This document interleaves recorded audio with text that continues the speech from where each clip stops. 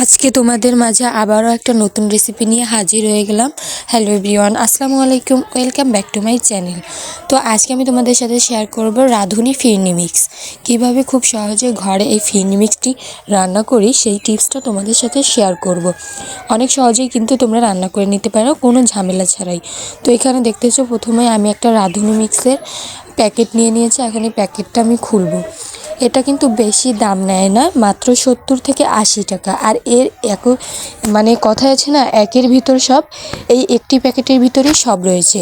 চিনি, চাল, তোমার বাদাম, কিশমিশ সব মিলানো আছে এখানে।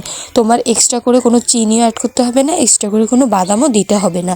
দেখতেই পাচ্ছ সব কিন্তু খুব সুন্দর করে মিক্স করা আছে। তো পরে আমি চুলায় একটা হাঁড়িতে বসিয়ে দিলাম দুধ। আমি এখানে 1 কেজি পরিমাণ দুধ নিয়েছি, আর এই প্যাকেটটা কিন্তু রান্না করার জন্য 1 কেজি পরিমাণ দুধই লাগবে তোমাদের।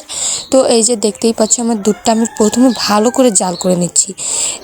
আগে থেকেই কিন্তু বলে দিয়েছি কোনো চিনি এখানে অ্যাড করতে হবে না, কিন্তু তোমরা সামান্য পরিমাণ লবণ দিতে পারো স্বাদ মতো।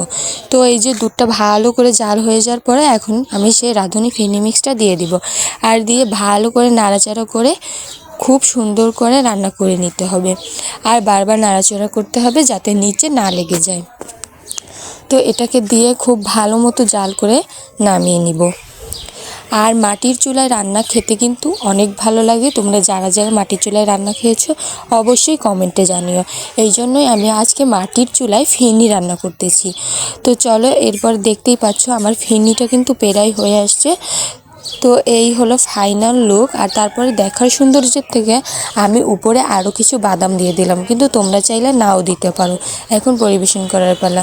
তো এই ছিল আমার আজকের রেসিপি। আর রেসিপিটি কেমন হয়েছে সবাই অবশ্যই কমেন্টে জানিও। ভালো লাগলে লাইক কমেন্ট শেয়ার করে পাশেই থাকো।